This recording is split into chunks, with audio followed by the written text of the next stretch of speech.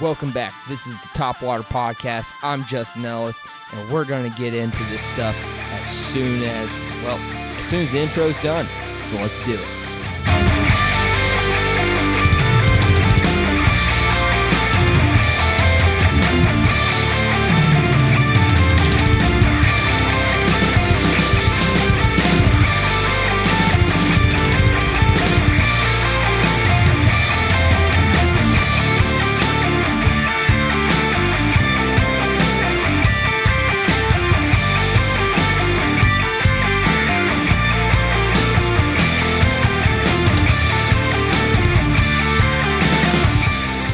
All right, so we're back again, and, well, when I say we're, I'm back again, and I just want to start off the podcast by saying, you know what, you guys have been terrific so far, and just go ahead and just hit the subscribe button if you're not already subscribed to the channel, and go ahead and just like this video, and because that helps out the algorithm for me, and that helps out other people finding this podcast, and it gets it out there a little bit more widespread. Now, done with the pandering. Because, you know, everybody loves to be pandering right now. Pandering. But the only thing I want to pander to is big bass. That's what I want to pander to. That is my demographic, you might say. Who's my demographic? Well, it's big bass. Unfortunately, I haven't really hooked into some monsters. I hooked into one that was big. Like, I'm thinking it was probably about 3 pounds. Well, when I say big, I mean, 3 pounds. I mean, it's not like a giant bass. It's a decent-sized bass. But, I mean, it's still, for the size, I mean, it wasn't that big. I only skin hooked it. I ended up losing it. I flipped up onto a bluff wall with a Strike King Rage Bug that I had pegged. It was my punch rig, my little punch rig. And I flipped up against a bluff wall and just pulled it right off the wall, and it just whack, just smashed it. And fight was on. And I was trying to finesse it, and I was trying to dangle it, and it kept shaking. And I mean, that thing was barely hooked, and it's just like I couldn't get grips on it because every time I went to reach for it, it would start shaking and start trying to like get away. And it's like, quit it. I'm trying to get you into the boat so I can get the hook out of your face. Come on. Just work with me here, bro. And he didn't want to do it. He just wanted to do it himself, and he did.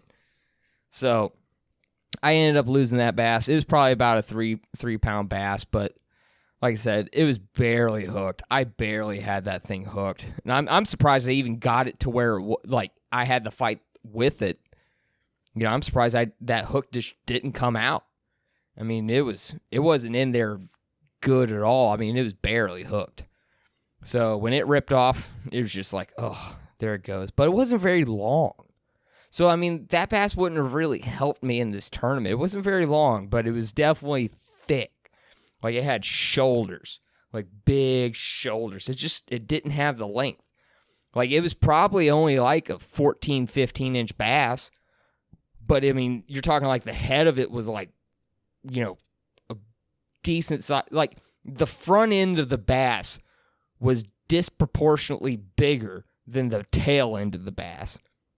So it's like it grew a head and like body of, like a 4-pound bass, 5-pound bass, but the tail just never grew at all. Just for some reason, it never grew. It's like if you see a guy that's like,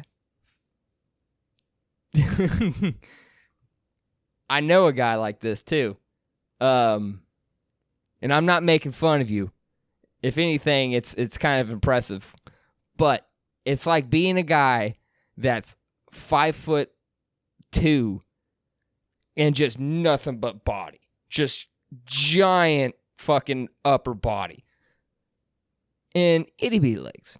Like, he has the body of somebody who should be much taller than them, but for some reason that just never happened.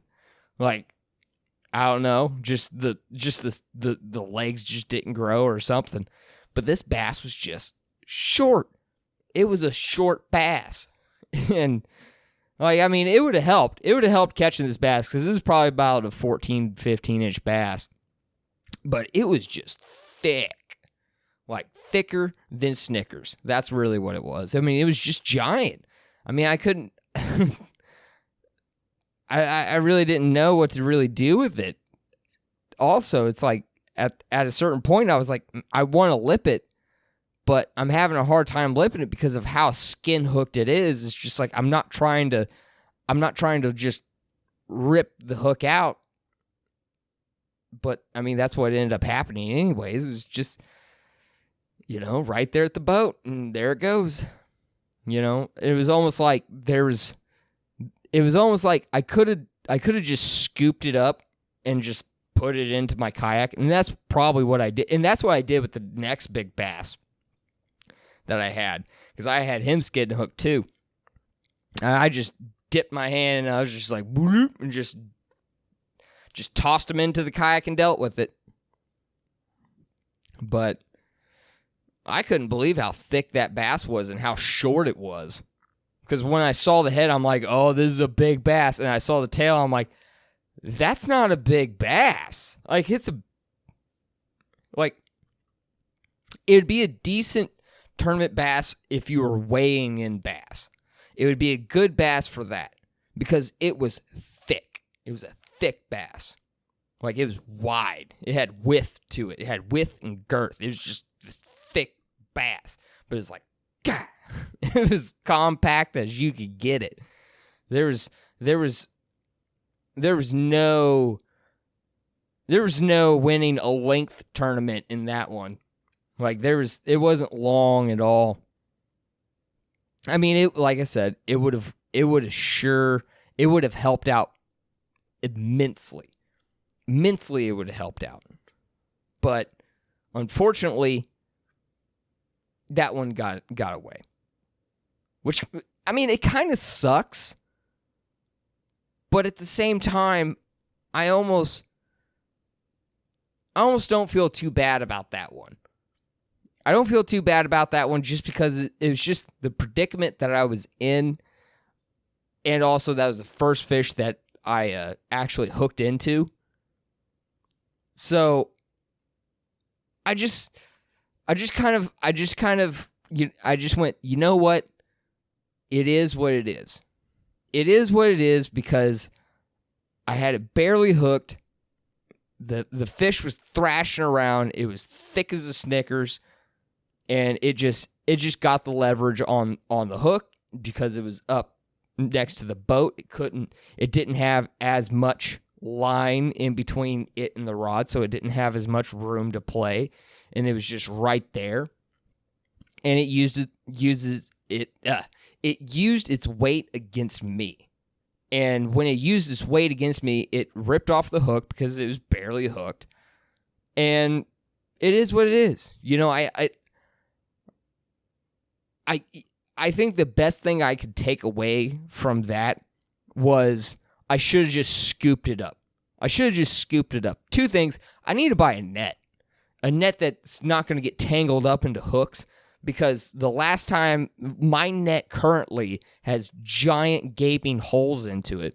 Because I caught a 4-pound bass on a jerkbait and netted it.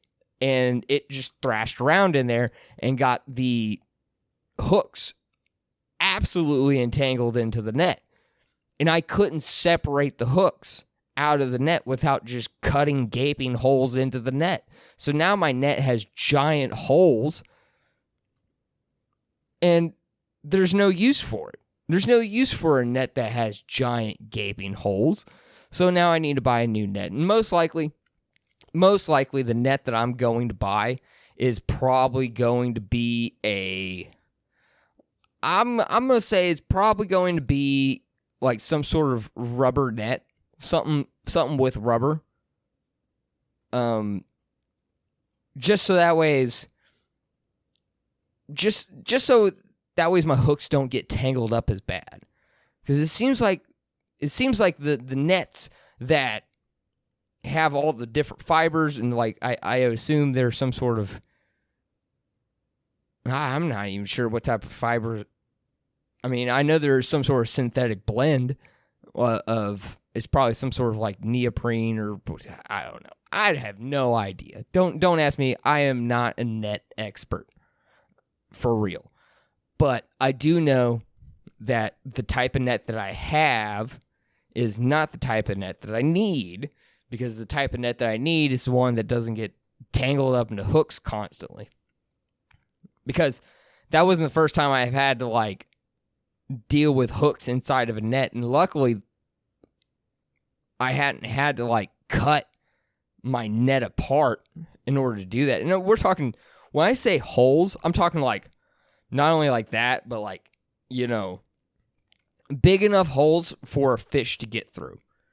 You know, if it was just like maybe like a small little hole, you know, something tiny, I'd probably still be bringing that thing along. But I cannot bring a net with me that a fish might just be able to slip through the net. I mean, I just can't do that. That's not what I'm going to do. That's not no. Because then that creates all sorts of different problems, because if I have a net that a fish can swim through, then the fish just swam through my net, and now the net and now the fish is back into the water fighting me again, and I got to fight the fish also with the net attached to the line. So there's no way, the only way to get the net through is to either A, get the fish back and then unhook the bait and the fish and then put the bait through the net, or put the rod through the net while you're fighting the fish. It just adds another element. It adds a complication that you really don't want to have.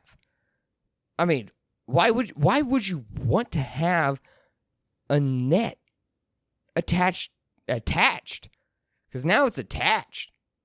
Because it's in between you and the fish, so now it's attached to the whole situation. Screw that. I don't want that. And I'm not, I would rather lose skin-hooked fish than to have a skin-hooked fish get into a net that has holes that it can actually swim through. And what happens if it gets into the net and shakes off into the net, and it comes unhooked into the net and then goes through the hole? Same problem. I mean, then it's the same thing. It's the same thing. You know, I still lose the fish.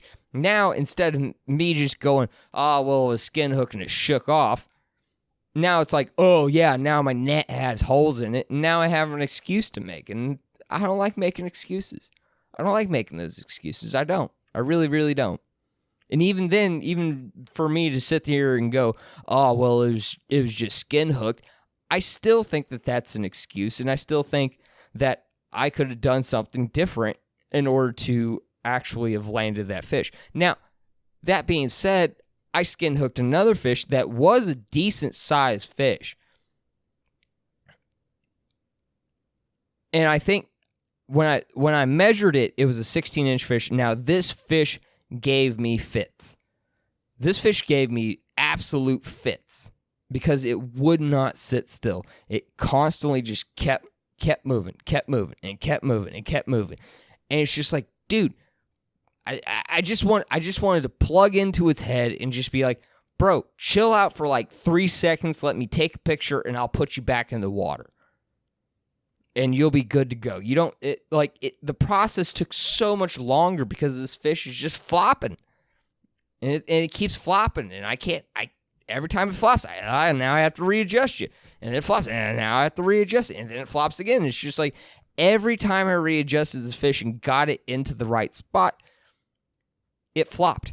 And then it just kept flopping. And then kept flopping. And then kept flopping. It's just like, I just wanted to bounce it off, like just give it a little ding real quick. But you can't do that because you got to be able to release the fish back into the wild. That and also is a decent-sized fish, and I want that fish to be released in the wild because that fish will reproduce with other fish and those genetics of that fish, because, I mean, it was a hardy-looking fish. It was a pretty decent-sized bass. But the only problem with that bass is it wouldn't sit still. Just sit still for just a couple of seconds. That's all you got to do. That's all you got to do. I know it's against your nature, but sit still for a couple of seconds. Sometimes just trying to get these things measured, it's just such a pain. It's just so it's so frustrating to get these things measured and pictured. Like, it's not even like there's somebody else there to, like, see the measurement. No, you got to take the picture. So as you're trying to, like, get them all lined up, you have to get your phone and then and, you know, get the picture just right and get everything just right. Make sure everything's into the photo, but afterwards, and see, here's the thing, is afterwards, it took a minute for me to get that fish back to normal to where it could swim off on its own. It took a minute. It took a minute of me just leaving it on a little lip gripper and just setting it in the water, so that way it could just sit there and breathe for a little bit and just relax for a little bit. And the thing is like, it didn't take me that long to set up, because I had everything already ready to go and ready to rock and roll, because I had already took a picture of a fish before that one, which was a 14-inch bass. And that 14-inch bass was way more easy to picture. I took a picture, pop, got it back in the water, and there he went. It's like he knew the drill. But no, this other bass didn't want to have anything to do with it. It fought me every step of the way. And I don't even know if the picture is actually going to be valid or not. You know? I hope it is. I hope it's, I mean, I think it is. I think it is. Like, I went through it and I looked at it, I was like, I think this is a valid, 16-inch fish. It's valid. I think it's valid. But, we'll see, because, I'm not the judge. I'm not the judge of the competition, so I have really no say in it. I'll submit the best photo that I can of the biggest measurement, of the highest measurement I can, because it was either going to be a 16-inch fish or a 15 3/4. That's the way it's going to be. That's the way it ends up working out, because you either get a 16-inch fish or 17 3/4. You don't. There's no in betweens. It's either one or the other. And I need that 1/4 inch. I need every inch that I can get. But we'll see. We'll see on that. I'll say these kayak tournaments have been it's been kind of rough to like actually fish these tournaments. And I think I can do much better than what I'm doing. I think I just started out in the wrong place. I think I wasn't actually fishing in the right areas where I actually should have been fishing. I should have been fishing the areas to where it has a higher probability of bigger bass. But also, that being said, I also hooked into like a 4 or 5 pound bass doing what I did before. So it's like, what do you do? And I think it really just went back. It's just the way the lake fishes. I think during the summer, most of your bigger bass are going to move off deep into deeper water. And your smaller bass are going to be more content with staying in the grass and in shallow water. But a few bigger bass will do that too. So it's not just synonymous. with small bass. Small bass don't just move into the shallow waters during the summertime. I mean, really what it is like, I think that's really what it is. I really do believe that those bigger bass end up just, I think the majority of them move off. I think the majority of your bigger bass move off in this lake, particularly the lake that I'm fishing, particularly move off into deeper water and move up the river. They don't really necessarily move down the river. They actually probably move up into the river. So they move off that spawning flat and move up into the mouth of the river and move up there. Because I noticed that after a certain point, I stopped getting bit. Except for one. And I would have loved hooked into whatever smashed my bait. I don't know what smashed my bait, but man, it about ripped the rod out of my hands. It's one of those ones to where it just went, poof, and I was like, whoa, and I set the hook just because of the bite. Like, I'd assume because of the bite, it was just reaction just to set the hook like that. Because generally, and I was fishing a Texas rig, so usually when you have a Texas rig, you usually feel a dunk, like a little dunk, sort of like a tick. And then it's like, okay, yeah, I got it. You know, it's like you feel it, and then you're like, and then you affirm it, and then you set the hook. Whereas this was not one of those. This was a ba-bow. It just, whack, just nailed that bait. And I'm so surprised I did not catch or hook into whatever and that's another thing. I'm surprised that the bait looked exactly the way it was. Like, I don't know what it hit, because, I mean, that was 100% of fish. There was not an obstruction there. Like, I had moved baits through that spot over and over again. There was not an obstruction there.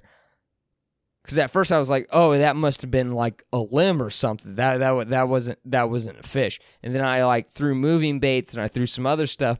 And it's like, no, that was totally 100% a fish in that area. Whatever it was, smashed the crap out of my bait. It might not have even been a bass. It could have been something else. It could have been a muskie. It could have been a catfish, because I'm pretty sure there's muskie in that in the James. But I mean, the only reason why I say there's probably muskie is because there's muskie upstream. If there's muskie upstream, there's probably muskie downstream. I'm just saying.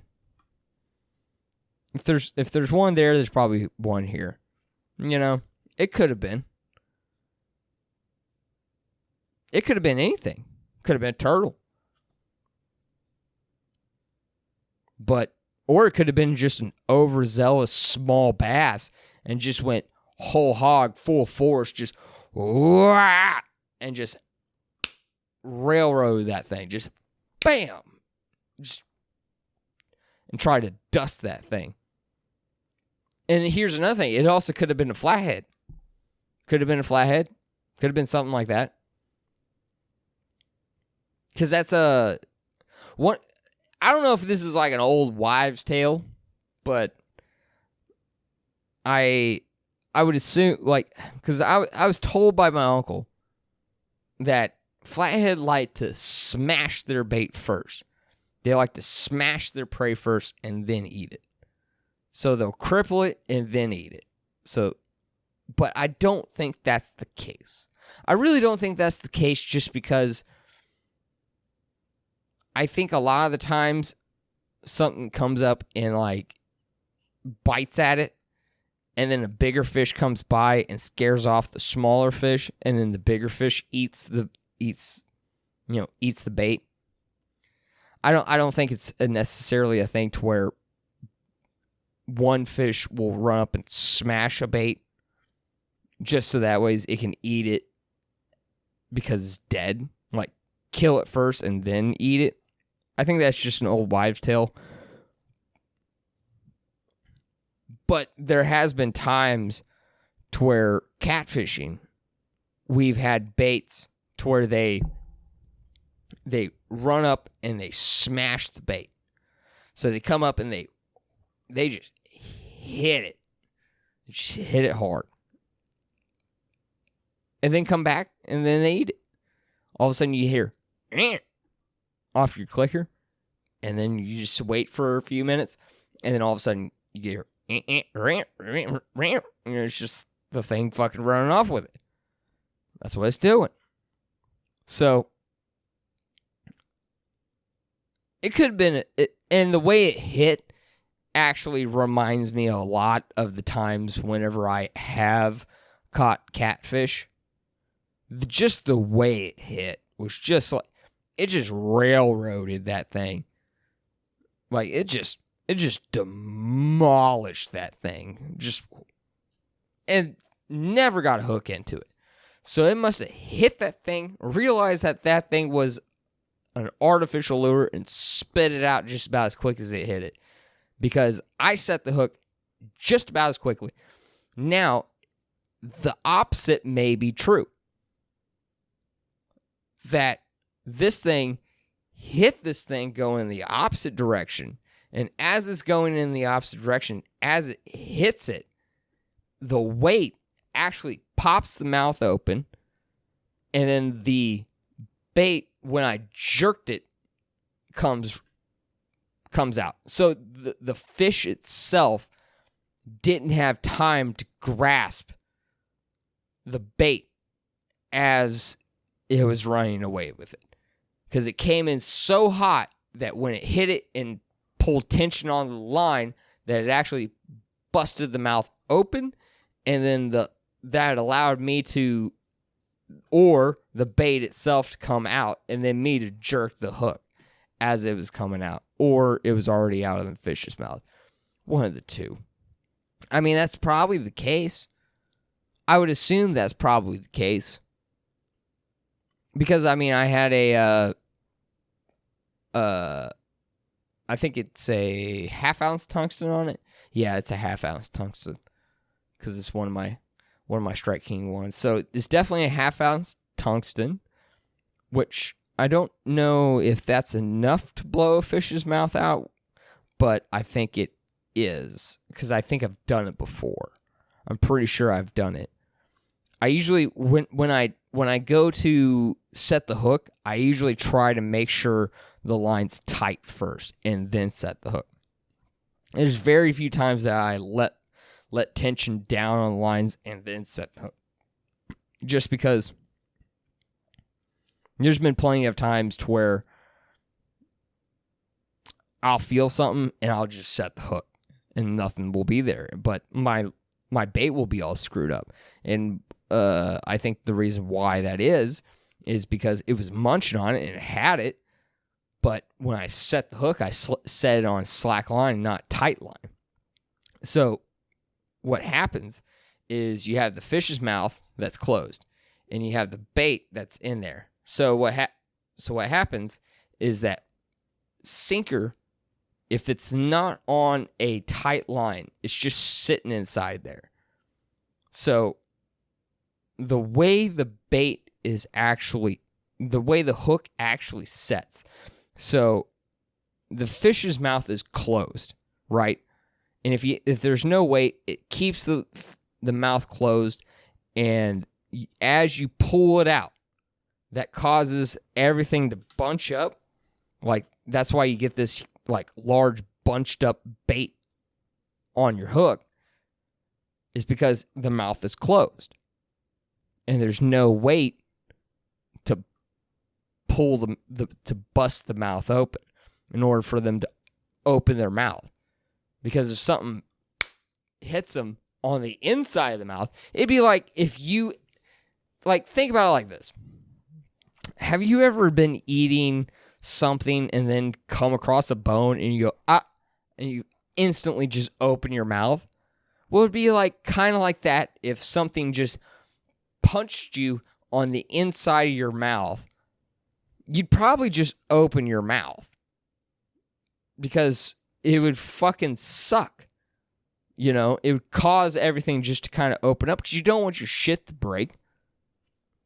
So if something punches out of a fish's mouth, it's most likely going to open up and allow whatever it is to escape, just because of the amount of force that's being pushed out of the fish's mouth.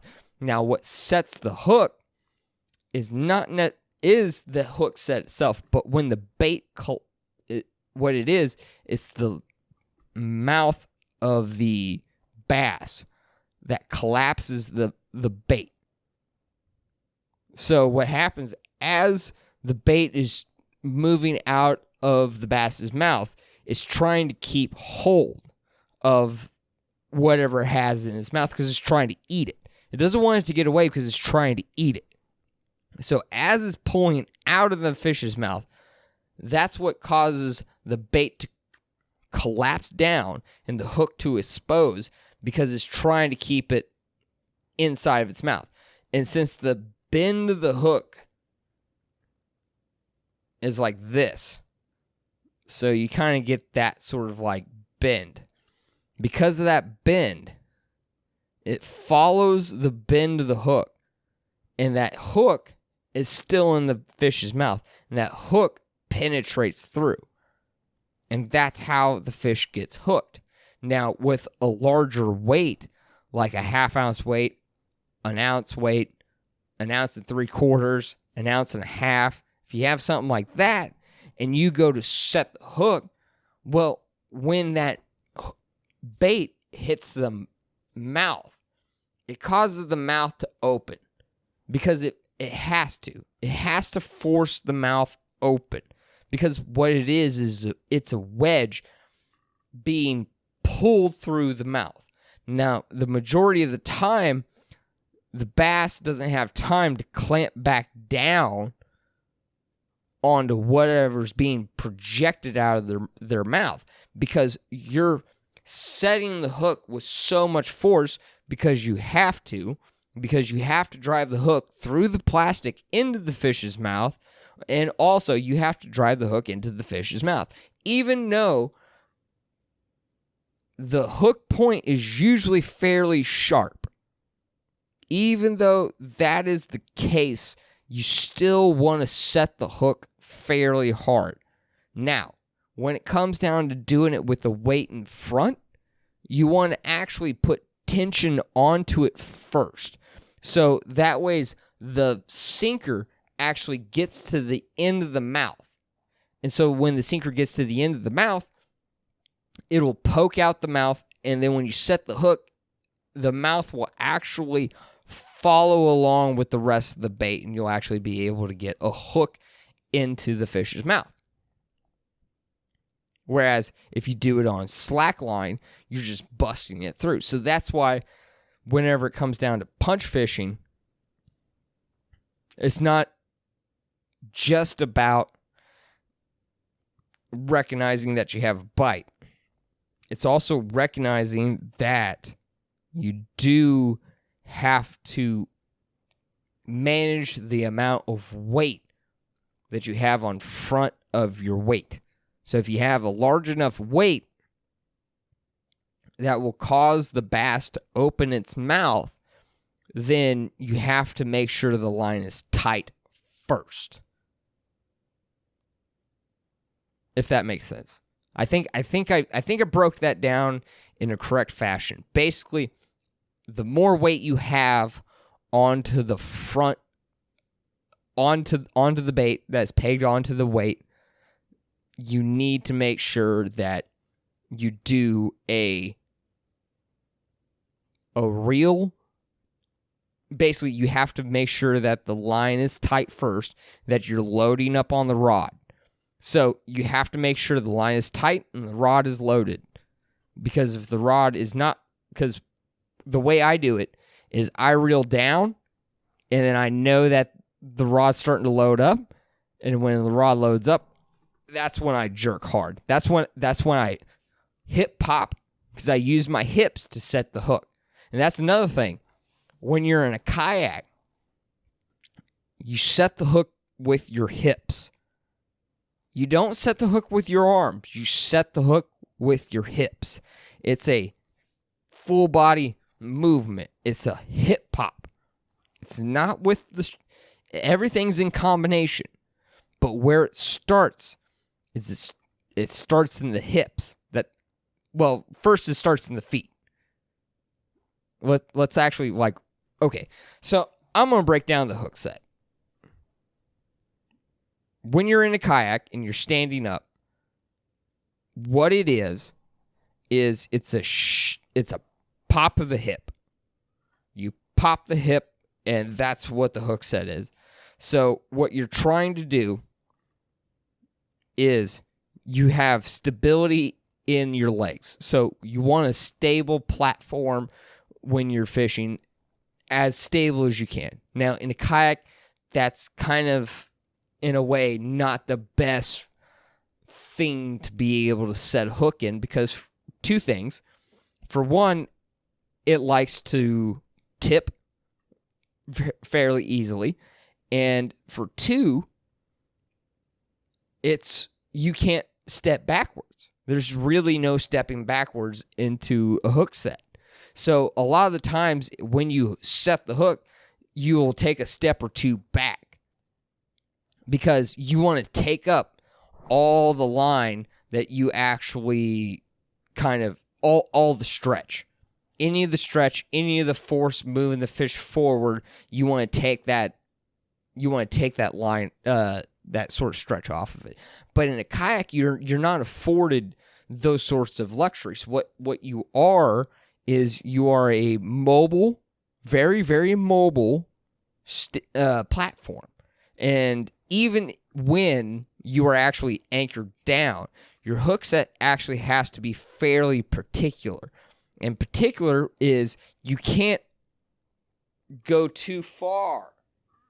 So when I say you can't go too far, imagine if this seat is the kayak. So right here, that's the edge of the kayak. You don't want to bring your body outside like this, because what happens is then you become off balance and you get out of the center line. You want to be in the center line, because once you start getting outside of the edges of the kayak, you actually cause the kayak to start to tip. And that causes you to go over and to fall out of the kayak, because now once your shoulders and head are outside of the pontoons, that creates an imbalance and causes you, the center of gravity, to start to actually fall this way. It's a physics problem. So when you set the hook in a kayak, it's a hip thing. It comes down to the hips and core. You're setting the hook with the hips and core. It's a pop. Kind of like whenever you throw a punch or a kick or something like that. If you've ever done any sort of boxing, you know that your punch doesn't come from the arm. So when you're jabbing, it's not the arm. Everybody thinks that punches come from the arms and the shoulders. No, that's just the mechanisms to get your punches there. That's the things that attach your arm. Actually, your arms are more about retracting the punch more than delivering it, because that delivery is actually more based off of the core and hips and back and shoulders than it is your arms themselves. Your arms are just essentially to keep your hands from escaping your body and to bring them back to your body. Your arms are actually more proficient at bringing things back than it is to just straight punch. Whereas your core and your hips and your back and your shoulders are actually the mechanisms that actually provide a lot of power to the jab and to the punch. And I'm getting off subject, but it's intertwined.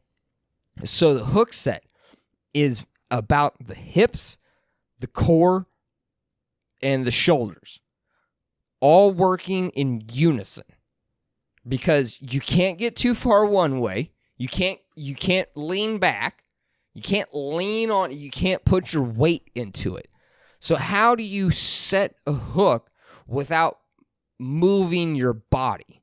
So you're in a vertical spot, and you're stuck in a vertical spot, and you're standing. How do you set the hook?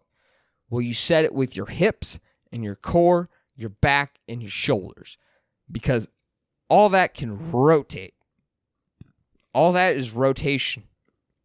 So when I set the hook, there's very little arm movement that comes along with it. Matter of fact, the only thing that my arms really do is to keep the rod from coming out of my hands. That's really all they do, because everything's locked down to my body, and I use my body to set the hook.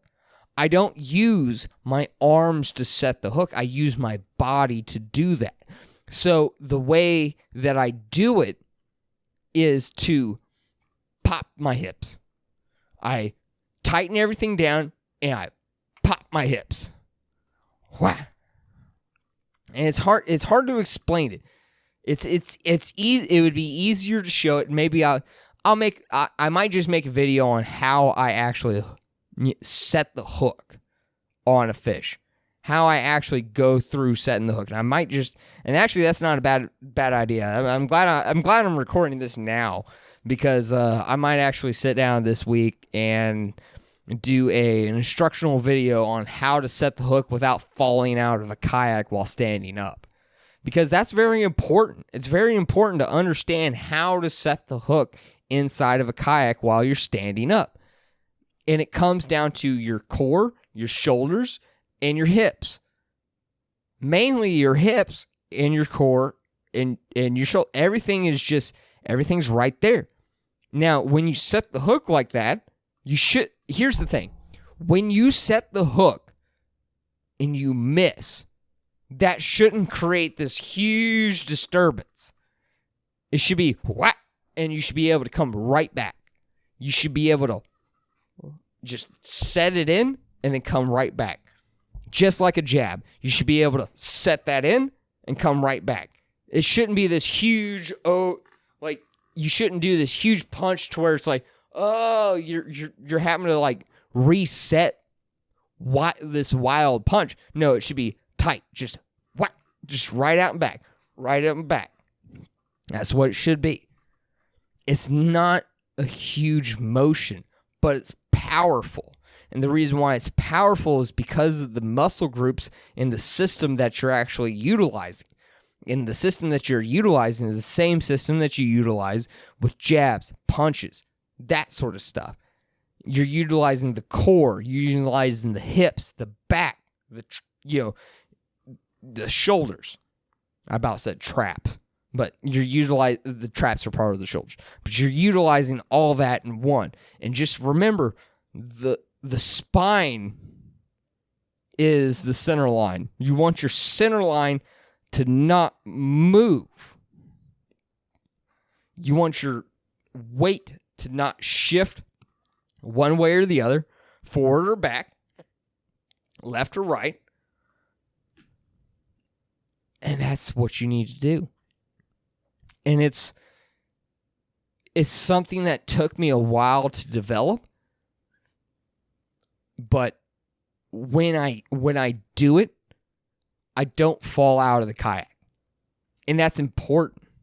That's very important, not to fall out of your kayak, especially when you're talking about cold weather. Right now, it's the middle of summer. You fall out of a kayak, you're like, it's a bit embarrassing. Whatever. You may lose a cell phone. You may lose your keys or something. Whatever. That's not a big deal to lose some superficial shit. But when it's winter time and it's 20 degrees out, or even better yet, it's 38 degrees out, the water temperature is 41 degrees, you're on the water, and all of a sudden you feel the boom, and you get a fucking bass of the lifetime. I'm going to tell you, I've caught more big bass in wintertime than I have during any other season. I mean, other than like springtime, which I did catch a giant a while back, but the majority of my big bass have actually came out of wintertime. And during that time, you have to understand, you don't want to fall in the water. That's very detrimental. That's detrimental to your health, like immediate health. We're not talking about, oh, you might catch a disease, or oh, you could get leeches, or oh, you could get a parasite, or no. You could fall in the water and be dead in 20 minutes. Like, that's the reality of fishing in the wintertime. You can fall in the water and be dead in less than 30 minutes. If you're not prepared for it, you will die. If you fall in the water and not prepared to fall in the water during wintertime, you will be not existing anymore. And that's the reality of it. And I don't want to sound like I don't want to be a downer. But I also don't want to tell you some bullshit. I also don't want to not tell you the truth. I want to tell you that, yeah, you can go out there and smash some big bass in wintertime, because guess what? Nobody else is doing it. They're going to be stacked up in certain places, and you're probably going to be able to like wreck them pretty. You're probably going to be able to do some damage. But the biggest thing to remember is that you're also taking a big risk while you're out there. And that when you're out there in those winter conditions, and you're like, oh man, it's cold, my feet are getting numb. Yeah, that's the air temp. Imagine if you fell in and you got wet. Think about how quickly you would start to freeze. Think about how quickly you would start to develop hypothermia. I mean, if you can develop hypothermia in 60-degree weather, it's the 120 rule. If the water temp and air temp doesn't equal 120 degrees, you need dry clothes, you need a way to get warm. That's just the way it goes. You know,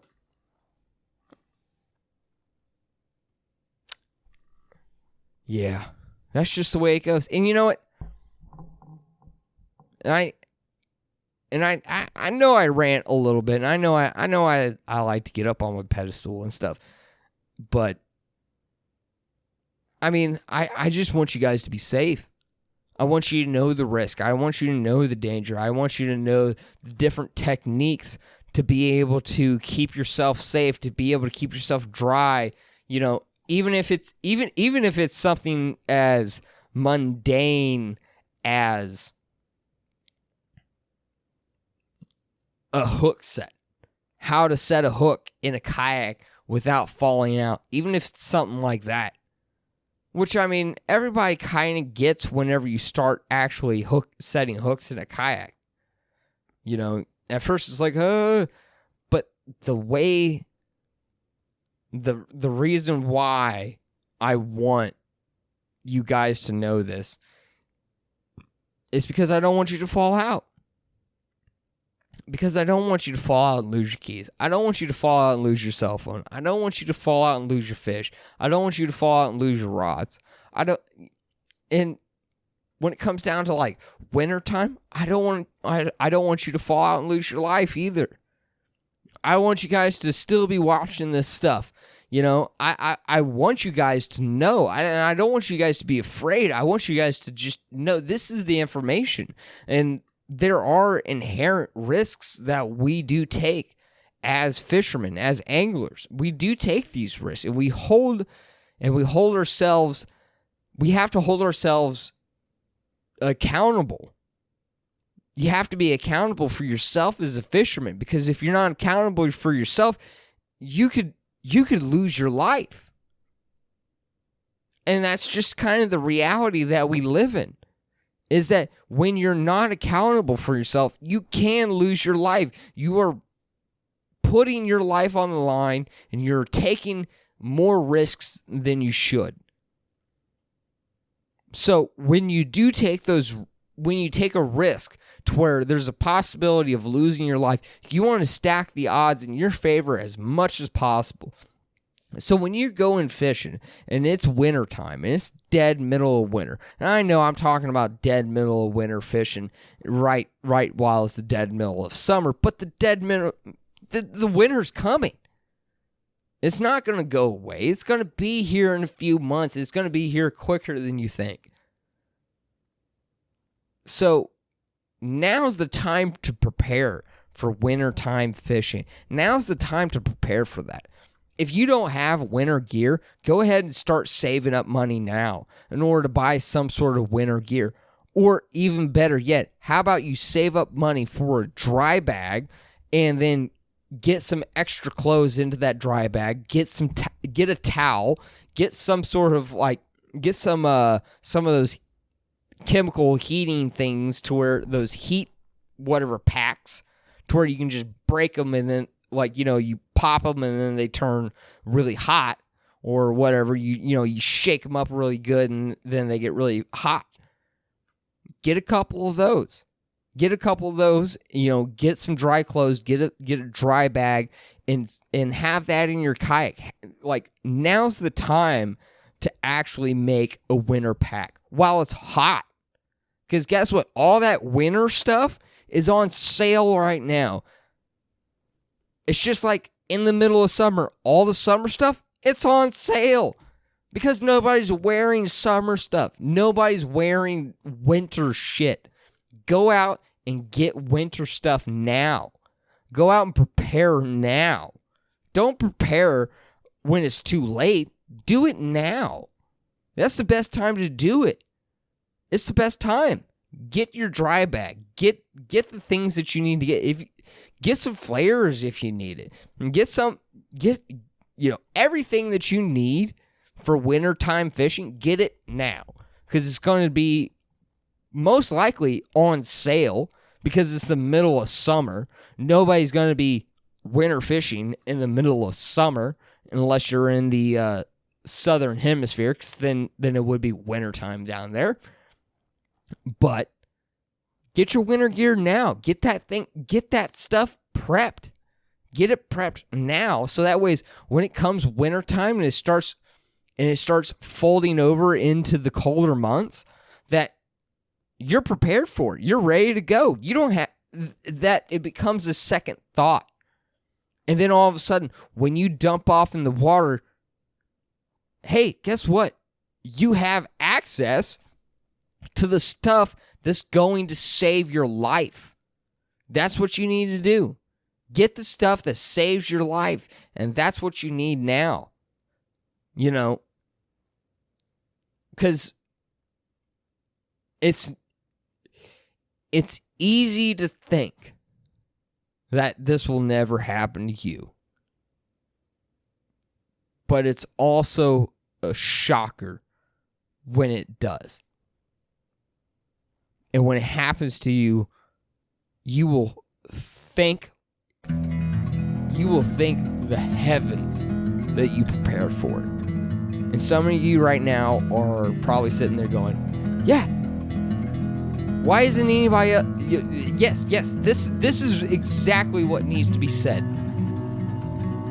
Is prepare now for something that might happen. Prepare for the worst, hope for the best. Because this is another thing.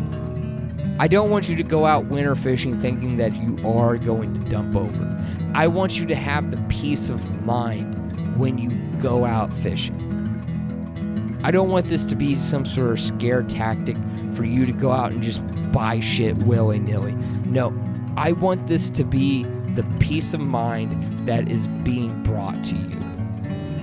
I don't want you to be afraid to go fishing. I don't want you to be afraid to get hypothermia. I don't want you to be afraid to accidentally fall out of your kayak. I don't want you to be afraid of those things. I don't want you to be afraid of losing your life. I don't want you to be afraid of that. But when the circumstances come into play to where you're going to have to make decisions in order to save your life, the more preparation you have before that point, the better off you are. Because if you're not prepared to dump off into ice water in the middle of winter, you have no business being on the water in the first place. If you have no preparation, and you have nothing to keep you warm, and nothing, no dry clothes, no dry towel, nothing, you have nothing, then there's no point of you being on the water. And I want you to be on the water. I want you to be prepared. I want you to be prepared. I'm just nuts. And I'll see you out on the water, frigid or not.